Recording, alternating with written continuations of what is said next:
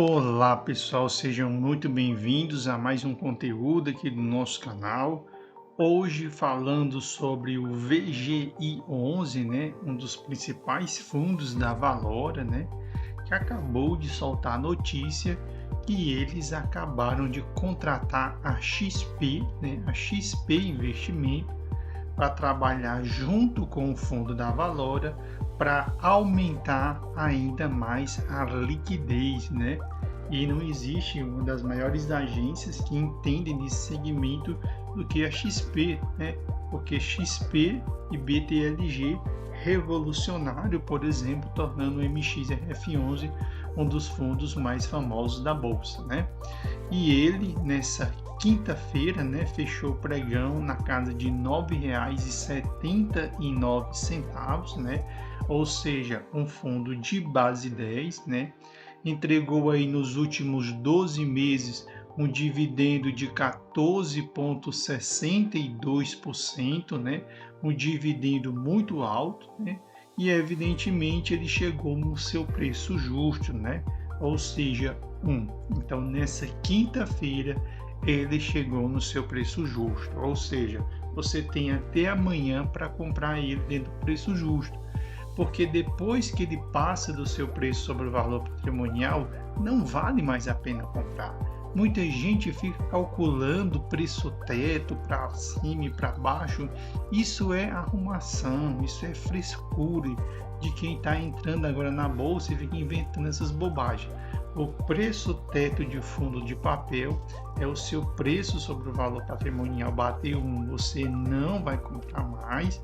E se você quiser ver aqui no Investidor 10, ele já traz, R$ 9,76 é o valor patrimonial por cota, ou seja, você não deve pagar mais do que isso, não interessa se ele está pagando 20% de dividendo, 40%, 5%, esse é o preço máximo que você vai pagar. Por quê?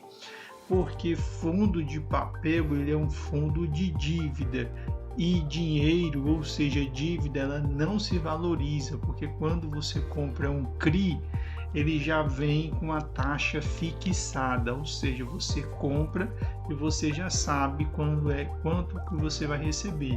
Exemplo, um CDI mais 4%, um IPCA mais 7%, ou seja, você já vem sabendo qual é essa taxa que vem fixada. Então, o fundo de papel a gente não compra acima do seu valor patrimonial. Liquidez de 4,1 milhão, né? E teve uma valorização de 15,74, né? Se nós formos lá para a carteira, né? É um bom fundo imobiliário, né? Mesmo a Selic caindo, né?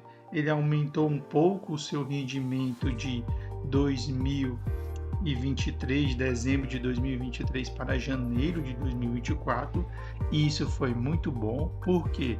Porque o Valora, né, o VGI11, ele é um fundo indexado majoritariamente ao CDI. Então todo mundo estava apostando o quê? Numa queda intensa, numa queda muito brusca deste fundo. E pelo contrário, ele aumentou as suas receitas aí no mês de janeiro, né? E se nós viermos olhar, né, ele tem uma carteira, por exemplo, um dos indexadores dele, que nós podemos observar, né, aqui é um CDI mais 3, né? Ou seja, essa taxa Selic ela tem que cair bem mais, né, para ele vir pagar bem menos dividendo, né? Porque uma vez que a Selic está 11,25 mais 3 fica 14,25. Então ele continua pagando muito mais do que os títulos públicos, né?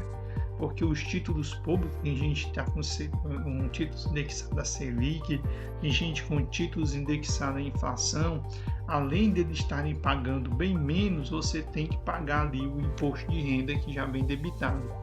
Aqui não, no caso dos fundos imobiliários, né, esse dividendo aí ele vem isento de imposto, né? Então é um CDI muito bom, um CDI bem ajustado, um CDI até bem elevado, né? Porque um CDI mais 3, né? Um CDI mais 4, um CDI mais 7,75. Aí talvez alguém olhe aqui para o final e diga, mas poxa, esses títulos eles têm a duração, né, de 1 ano e 6 meses, 2 anos e 7 meses. Pessoal, porque quando você tem títulos indexados ao CDI, geralmente são dívidas mais curtas. Por quê? Porque o CDI ele tem ciclos, né? Por exemplo, como agora o CDI está caindo, ele vai bater provavelmente 8 no final do ano, né? Então você precisa de títulos indexados ao CDI de curto prazo. Se você colocar um título de CDI de longo prazo, você perde para o mercado. Por quê?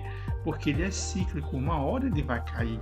Então, no longo prazo, ele acaba sendo impactado, né? Mas, como você tem um CRI de CDI de curto prazo aqui, quando ele cair, você tem a oportunidade de ir ao mercado e comprar CDI com taxas maiores, né? Então, uma vantagem de você ter títulos de CDI de curto prazo é porque quando ele cair para 8%, você vai comprar esses CRI a mercado, CDI mais 4, CDI mais 5, que é que vocês podem observar com o MXRF11. Ele fez uma emissão, ele foi ao mercado, comprou novos CRIs indexados ao CDI, só que ele já não pegou uma taxa menor de 2%, ele já aumentou, já botou 3%, já botou 4%. Por quê? Porque ele vai estar comprando esse CDI no período onde a Selic vai estar baixa. Então, quando essa Selic voltar a subir de novo, aí você vai ter o quê? A elevação de taxa Selic mais o adicional, né? Ou seja, esses fundos têm um retorno muito grande no dividendo em períodos de subida de CDI, né? Porque geralmente em período de CDI baixo ele consegue comprar uns CRI e botar uma taxa maior, né? Uma taxa maior de 3, uma taxa maior de 4. Então aqui é justamente o que vai acontecer, né? Como está perto de se vencer, ele vai buscar novos CRI a mercado, mais um CRI mais, com um CDI mais 4, um CDI mais 5, né? Devido ao período baixo onde esse CDI, ou seja, essa Selic, ela vai permanecer. Então é uma carteira bem indexada ao CDI, onde tem um CDI bem agressivo, né? Um CDI mais 6, né? Ou seja, provavelmente esse devedor aqui é bem mais arriscado, ou seja, esse CRI já é mais arriscado. A BITASECT é um CRI clássico do mercado financeiro, então geralmente o CDI 3,5, né? A BITASECT ele acaba disponibilizando muito CRI. Nós temos um CRI aqui da província, né, com CDI mais 5,5, ou seja, bem arriscado, né? E ele tem pouca exposição ao IPCA, mas o pouco que ele tem IPCA, IPCA 5, IPCA 8,5 e IPCA 6, né? Ou seja, é um bom fundo, né? É um bom fundo, ele não vai pagar mais tanto, tipo 14, como a gente está vendo agora no período de queda da Selic, mas vai continuar pagando tranquilamente ali acima de 11% e 12%. Então ele vem dando aí a última oportunidade para você comprar, certo? Então, e de CRI é majoritariamente a carteira, né? Caixa tem quase nada, né? Se nós formos observar do ponto de vista de IPCA 1,3, ou seja, não é um fundo que ele vai se beneficiar muito com a disparada da inflação, mas ele vai continuar entregando ali na casa de 11% e 12%, né? Então ele se beneficia mais de Selic alta, né? Se nós formos olhar a alocação da carteira, esses CRI majoritariamente para o segmento residencial, né? Porque é um fundo imobiliário, né? E menor posição muito significante para shopping, hospital e escritório, né? Ou seja, bem reduzido, né? Ou seja, exposição mesmo a segmento residencial, né? Se nós formos ver o índice LTV, Loan to Value, né? Vai ter uma pequena exposição só de 6,4 que não tem garantia real, né? Já tem um aqui que tem um ratio internacional, né? Que é 0,9, que é muito pequeno, e sem ratio, só a maioria, né, da alocação é sem ratio, né? E é isso que eu tenho para mostrar para vocês do ponto de vista da carteira, né? Uma análise mais aprofundada levaria muito tempo do vídeo, né? E não valeria muito a pena aprofundar, porque ficaria um vídeo muito grande, com termos muito técnicos e vocês iriam sair do vídeo, certo? Ele vem subindo aí desde o ano passado a sua cotação, né? Evidentemente que a sua cotação talvez não suba tanto, né, nesse momento. Por quê? Porque provavelmente que vai disparar a inflação, né? Mas mesmo não subindo tanto, ele continua pagando muito, né? 14,62. Quem estava posicionado lá atrás está pegando 15 e 16% neste fundo de base 10, né? Ou seja, um excelente fundo imobiliário.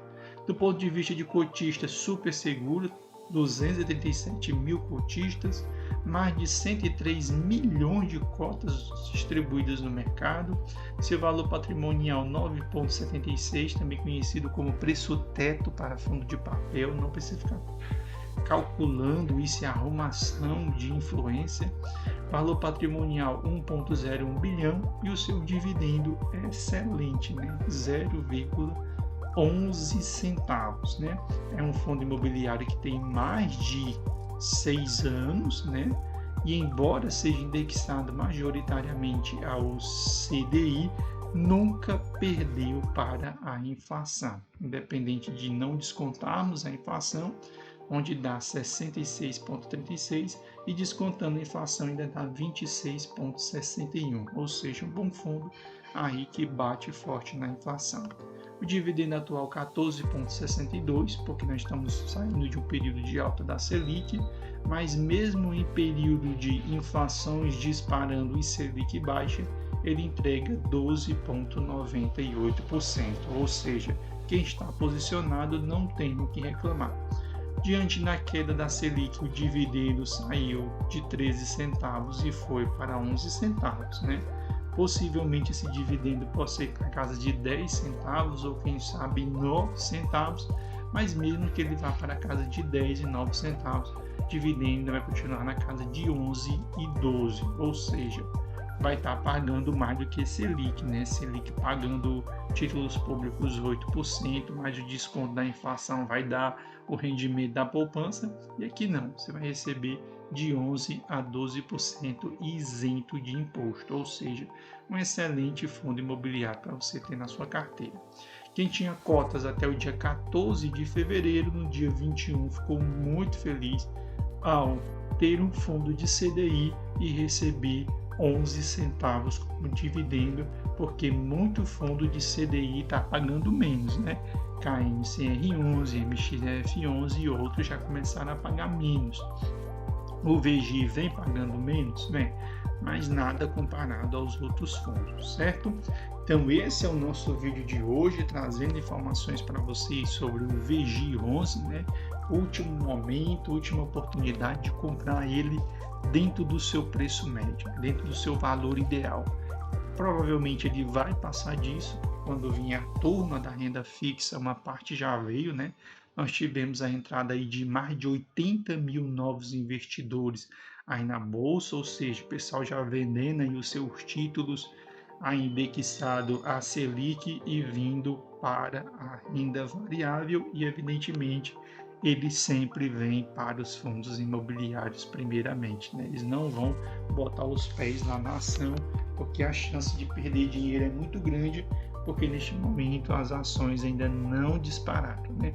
Então, provavelmente VGI, ele é um fundo de base 10, está pagando muito mais do que BTCI, está pagando muito mais do que MXRF11, inclusive MXRF11 já está abaixo de R$10,20, né? Por quê?